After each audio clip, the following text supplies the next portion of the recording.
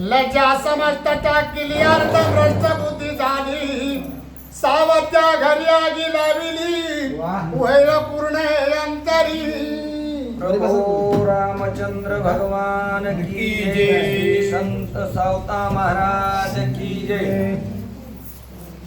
असो या ठिकाणी कथेचं अनुसंधान चाललंय. ज्यावेळेस असणारा माझा आणि तुझं संपत आहे, भेदभाव संपतो आणि संपल्याच्या नंतर आता किती जरी त्या ठिकाणी असणारा सावता महाराजांनी काय केलं की जे माझं तुझं सगळं संपलंय आणि लज्जा लाज कुणाला आहे? संसारिकाला आहे. परमार्थकाला लाज आणि लज्जा नाही. तुम्ही म्हणता असं कसं म्हणतात? त्यांचा अपमान झाला काय, मान आला काय, त्यांच्याकडे मान अपमान दोन्ही समान असते. हो, त्याच्यामुळे कोणी स्तुती केली काय, निंदा केली काय, त्याचा काही फरक संतांनी पडत नाही. साधू संतांच्या पुढे असणारे दोन्ही समान आहे. त्याच्यामुळे संसाराला त्यांनी पाणी सोडून दिलं. संसारावर पाणी सोडलं, लाज लज्जा सोडली. किती जरी असले तरी हे निवड उठलं की काय करायचं? आपलं नामस्मरण चिंतन, देवाच्या चिंतनामध्ये सतत राहायचं. अशी अवस्था त्या ठिकाणी कुणाची झाली? या सावता महाराजांची झाली. आमची तुमची किती जरी पोत्या वाचल्या, सांगितल्या, ऐकल्या तरी ती अवस्था होणं शक्य नाही. का आताच्या कलियुगामध्ये बरं का, इथून आहे तोपर्यंत वाटतंय बाबा ते खरे बरोबर आहे, आता जे ऐकलं तर हे असं आचरणात आणावं. पण घरी गेलं की संसार माग लागल्याशिवाय राहत नाही. अशी अवस्था आमची तुमची.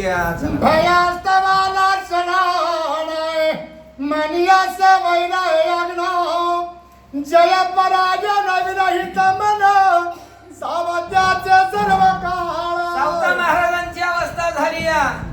विजय झाला तरी सारखाच, कधी मोठेपणा येऊ द्यायचा नाही, आणि पराजय झाला तरी दुःख मानायचं नाही. आणि त्या ठिकाणी आपल्या मनावर बोध झालेला आहे सावता महाराजांचा. किंवा किती जरी काही सुख दुःख झालं, कुणाला पैसा कमी आला जास्त आला, पैसा सर्वस्व नाही आणि पैसा हा सोबत येत नाही.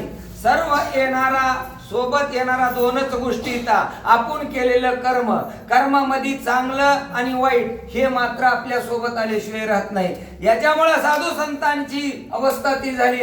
काय करायचंय? पैसा अडका किती जरी कमवला, प्रपंच केलाय. सावता महाराजांनी प्रपंच केला, पण असोनी नसावे. हो, त्याच्यामध्ये राहिले पण त्याच्यापेक्षा वेगळं राहिले, वेगळं नसता. आपण फक्त एकच करतो, प्रपंच करतो. आपला प्रपंच चुकीचा आहे. आपला प्रपंच एकदा प्रपंचात गुंतलो की दत्त महाराज प्रपंच सोडित नाही. मला दत्त महाराजाचा आवडला बरं का तोंडे महाराज. आता घरी गेल्याच्या नंतर प्रपंच करतेच, प्रपंच नाही असं नाही. त्यांच्या पोटाला लागणार ना, प्रपंच अवश्य करा. पण ज्ञानेश्वरी मी आजच बघितली, दत्ता महाराजांनी पासून पर्यंत ज्ञानेश्वरी मोठ्या बुकमध्ये लिहून काढली, हस्ताक्षर स्वतःच्या. पूर्ण झाली ज्ञानेश्वरी लिहायची. आता तिथंच आमचा अर्धा तास गेला, पुन्हा मला उशीर झाला नाही. तुमच्या अगोदर आम्ही आलतो तिथं. तर कसं आहे, प्रपंचामध्ये जरी असलं तरी प्रपंच करीत करीत परमार्थाची जोड राहू द्या. आणि परमार्थाची जर जोड राहिली, त्याच्याकडे तुमचा भाव राहिला की 100% ती तुमच्या सोबत येणार आहे. ज्ञानेश्वरी सारखा ग्रंथ आज त्यांनी हाताने लिहून काढला म्हणजे कमी नाही नाही. याच्यापेक्षा काय करायचे तुम्हाला अजून? आणि ते बी एवढा वेळ कसा काढला तर म्हणले घर लावून घ्यायचं आणि बंद करून शिनी लिहित बसायचं मध्ये. बरोबर आहे. लोकांतामध्ये परमार्थ होत नाही, एकांतामध्ये परमार्थ होत. खरा परमार्थ करायचा असेल तर एकांत लागतोय. लोकांतामध्ये करायचं म्हणल्याच्या नंतर परमार्थ होत नाही, अशी अवस्था आहे.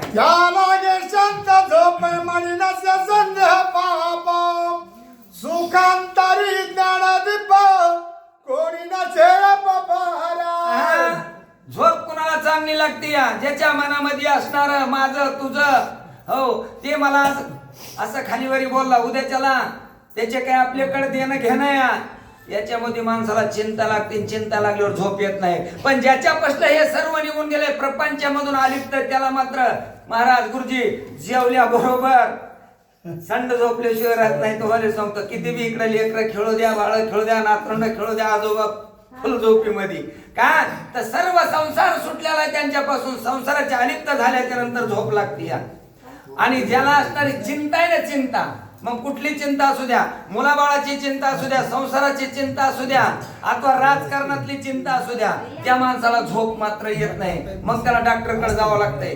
डॉक्टराकडून गोळ्या घ्यावं लागत्या. डॉक्टर साहेब काय करावं, झोपच येत नाही हो, रातच उठून बसतोय, किती जरी मी जप केला तरी झोप येत नाही. तुझ्या मनामधली असणारी चिंता काढल्याशिवाय कुठलीही गोळी खायची गरज लागणार नाही. कोणा त्यासाठी चिंता नसावा. आणि चिंता जर काढायची असेल तर सर्व माझं तुझं मान अपमान संपवावं लागल. मान अपमान जर धरला तर चिंता लागल्याशिवाय राहत नाही. का तर आपण आता सहज गेलो तर दत्त महाराजांनी आपला इथं अपमान केला, रात्रभर आपल्या मनामध्ये राहतंय दत्त महाराजांनी आपला अपमान केला. उठविलं, पोती वाजता वाजता उठविलं, हो 2 वाजल्या बरोबर उठविलं. काय करायचे, 2 वाजू निष्ठा काय जरी बसलं तरी समाधान असल्यावर तिथं चिंता लागत नाही. आणि ही चिंता काढायची असेल तर सावता महाराजांसारख्यांची संगती करावी. ज्याची त्या भावना पिढी तैसी लाभे तया जोडी, कामाची मनी धडधडी रमणी सर्व काळ. पीडा कोणची, आपल्या मनामध्ये ज्याची पीडा त्यालाच भवती. आपण जर दुसऱ्याला पीडा केली आणि मग तो आपला असणारा शत्रू आणि मित्र होतो. ज्यावेळेस आपल्या पुढे असणारा एखादा शत्रू उभा राहिला तर 100% आपण केलेली पीडा आपल्याला भोवती. मग मात्र ती संध्याकाळी झोप येऊ देत नाही. का तर दासात असते ना गुरुजी, उद्याच्या अंगदरावाला कुणी तर त्रास केला, उद्या अंगदराव आपल्याला कुठंतरी अडकेल्याशिवाय राहणार नाही. ह्यांच्यापासून बाजूला अलिप्त जर राहायचं आणि त्यांच्या भाषेत नाही अडकायचं म्हणलं तर काय करावा लिकापडी चालू राहते कुठं आपल्या मनामध्ये देहामध्ये. आणि मग मात्र तिथं ती पीडा आपल्याला भवल्याशिवाय राहत नाही अशी अवस्था होती. तीर्थयात्रेचे निमित्त केले पूर्ण 4 धाम साधिले, सावत्याचे वाटोळे नसे झाले, हा राहिला विचार. हो बरोबर आहे. तीर्थयात्रेचा निमित्त करून असणारा निमित्त आहे, त्याला तीर्थयात्रेला जायचं. 4 धाम असणारे सर्वची सर्व पूर्ण केली. आता तुम्हाला आम्हाला वाटतंय काय खरंय, परपंच सोडला आणि येड्याने हिंडायला लागलं म्हणले कुठं, गुरुजीच्या नाथाला लागलं. गुरुजीने एखादा परपंच पूर्ण झालाय, वय झाले, निघाले तोंड्या महाराज गुरुजीच्या संग लागले. गावातले आमच्यासारखे लोक वाटत, अरे येड लागलं का काय म्हणले ह्याला, लेकर बाळ उपाशी मारलेत घरी, हे लागलं म्हणले टाळ घेऊन शिनी गळेत पतकी घेऊन दिंडीमध्ये फिरायला लागले. ह्याचं काय खरं, असे लोक बोलले शरत नाही. पण खरं सार्थक असणारा कुणा सावता महाराजांनी करून घेतलं. सावता महाराजाचं वाटोळं तुम्हा आम्हाला दिसलं परपंचात, तुकाराम महाराजाचं वाटोळं झालेलं तुम्हा आम्हाला दिसलंय. पण खरं आज ते चिरंजीव आहेत आज बी, म्हणून त्यांचे ग्रंथ लावून आपल्या घरामध्ये आपण 4 माणसं बोलून घेऊन त्यांच्या नावावर अन्नदान करतो. आपली पहिली कशी तरी वर्ष श्रद्धाची असणारी पुण्यतिथी होती, दुसरी लाज काज कोणाच्या भावकीच्या, तिसरी सोयऱ्या धराच्या, 4थीला मला वाटतं पुन्हा इसर पडतो, कोणी पुण्यतिथी सुद्धा घालीत नाही. साधू संत असणारे त्यांनी जर वाटोळ करून घेतला असतं तर आजपर्यंत चिरंजीव राहिले नसते. ही साधू संतांची संगती. सर्पगृही नय झोप तैसे त्या झोंबे पापाय, नाचकीचा प्रताप सर्व काळ अंतरी. अंतरामध्ये पाप कोणचा एखादा असणारा, आपल्या धेकत असणारा जेवढी मोठी बिल्डिंग बांधली आणि बिल्डिंग मध्ये उगा संध्याकाळी आपण शेतातून यावं आणि शेतातून टोपलं टाकायच्या आधी हो कवाडाच्या सांधीवर शेपटा दिसावा, कुणाचा सरपंच सरप आपल्या घरात जाऊन बसलेला दिसावा. रात्रभर तुम्हाला ह्या बिल्डिंग मध्ये झोप येणार नाही. केवढी मोठी बिल्डिंग असली तरी बाबा मध्ये बसलेला झोप येणारच नाही.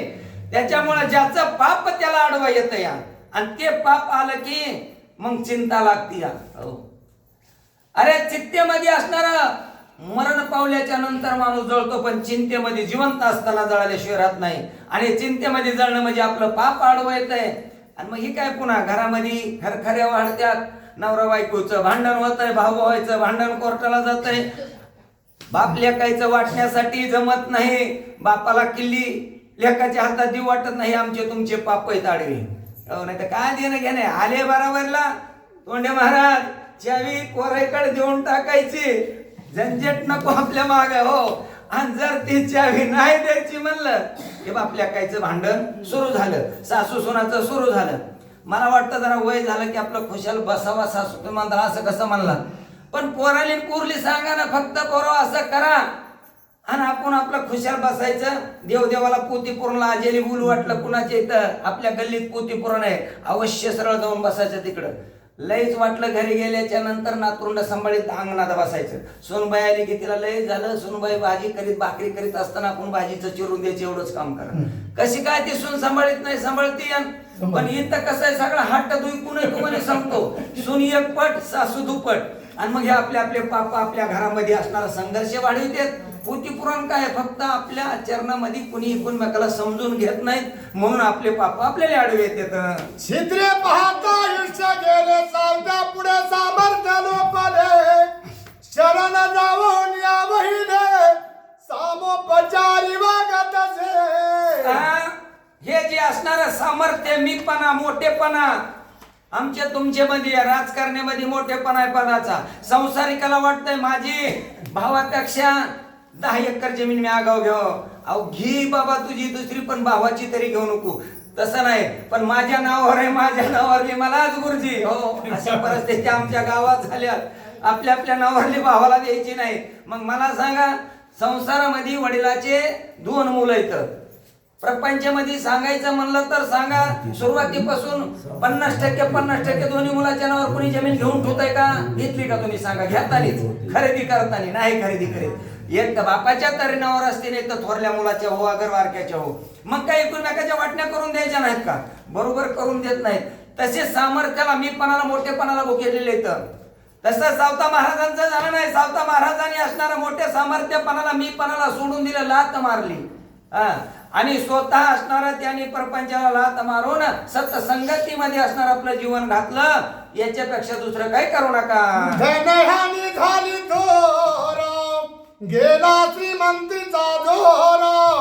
पापाचे फल निर्धन सार, कामाजीला लबले. या ठिकाणी असणारा काम आहे आपल्याकडे असणारा, मनाजी पळतोय सारखा. दामाजी कुणाला अडवा येतोय तर मनाजी पळायला लागलेला. ही माझं मोठेपणा, ही माझी बिल्डिंग, ही माझी जमीन जायदाद. आणि ह्याच्यामध्ये असणारं काय होतंय, धन धन धन धन गोळा करीत करीत करीत तुम्हाला सांगतो, पैसा गोळा करता करता आपल्या हातातून दुष्कृत्य घडल्याशिवाय राहत नाही. का तर जास्त लोभ येतो. आणि पैसा आज 2 लाख रुपये आपल्या घरामध्ये महिन्याला आले, पुढल्या वेळेस आपण 4 लाख कशी येतील ती बघतो. आणि मग याच्यामध्ये असणारा पैसे कमीत असताना जोडून या धन उत्तम व्यवहारे उदास विचारे व्यंच करी. ही अवस्था संताची झाली, पण आपली तशी होत नाही धनलोभ्याची. धनलोभी असणारा नक्की पाप घडल्याशिवाय राहत नाही. ओवीमध्ये सांगितलंय का, तर धनामुळे हानी होती कुणाची? आपल्या खऱ्या जे देह दिलाय आपल्याला परमार्थापासून असणारा ते धन बाजूला कडतंय. भावाचा असणारा कर्दन काळ बनतोय. कोण धन बनतंय? धनाच्या लोभानच होतच नाही गोष्टी. याच्यामुळे धन चांगलं नाही. आणि ते सावता महाराजांनी धनावर असणारे मागाच्या ओळीमध्ये होऊन गेले. माने महाराज धनाचा विचार केला नाही, त्यांनी परत लावला आलेला धन मान मला नको, अशी अवस्था त्या ठिकाणी झाली. जिवंत सोनी व्रत झाला, सर्व सोडून गेले त्याला. आधाराचे कुणाचा राहिला, भोगी निर्धन नरकाय. जिवंत असताना कोण झाला? मृत झाला. मृत मेल्यासारखा. काही उपयोग नाही. पुन्हा कमवायचं कमवायचं कमवायचं. वाल्या कोळ्याची उदाहरण इथं लागू व्हायला लागले. खूप पैसा कमवून आणायचा, मुला बाळाली खाऊ घालायचं, आई वडिलांनी खाऊ घालायचं, भाऊ बंधाली खाऊ घालायचं. आणि ज्या वेळेस वेळ येते, नारदाची भेट झाली. नारदाने सांगितलं, अरे अडवायला गेला संताली, तिथं सांगितलं, जा एवढं लोकाली असणार तो मारलंच, पैसे कमविले, जा तुझ्या घरी जाऊन शिनी विचारणे ह्या पापाचे धनी कोण आहेत. आणि म्हणला मला तिकडे लावून पळून जायचंय का? मला बांधून टाक म्हणले इथं, नाही तर लिहून देतो तुला मी, हालत नाही, पण जाऊन ये एकदा. घरी गेल्याच्या नंतर ह्या पापाचे असणारे वाटेकरी विचारले. एक ही वाटेकरी झाला, लय मोठं सांगत बसले शॉर्टकट मध्ये. बायकोला विचारलं, बायको म्हणली कर्तव्य तुमचं होतं, कुठून आणत होता ते आम्हाला माहित नाही. मुलाने विचारलं, मुलाचा तोच असणारा. आई वडिलांनी विचारलं, म्हातारपणी आम्हाला काय माहिती, म्हणले तू कशाने कमवून आणतोस तिकडे, ती कुणाच्या चोऱ्या करून आणतोस का, काय तुझं कर्तव्य? असं ज्यावेळेस विचारलं, पापाचे वाटेकरी कुणी होत नाही बाबा, त्यावेळेस तो असणारा परत गेला आणि त्याला तेव्हा बोध झाला. तसं हे धन आहे ना, धनात एकदा गुंतला की त्याला काही पुन्हा सगळे निघून जाते. शेवटाला कोणी नाही रे कोणाचे आले एकले जायचे. हो, आणि ही अवस्था होऊन बसतीये. त्याच्यामुळं कमवा, पण त्याला मर्यादा ठेवा. वय झालं सोडून द्या, आपलं हरी हरी करीत आपलं फिरत बसायचं ना. धन होते तोवरी जोर चालविला मनगटाचा जोर वाह. सावत्याचे जाळीले घर केला प्रकार विपरीत. हो, पैसा पैसा भरपूर होता. पैसा असला की बँकेच्या दारात जात जाऊ नका म्हणून आता. पैसा भरपूर असला माने महाराज अहंकार वाढतो, आणि अहंकार वाढला की शेजाऱ्या पाजाऱ्यावर अन्याय केल्याशिवाय राहत नाही. भावावर अन्याय होतो. कोणामुळं? पैसा मनगट.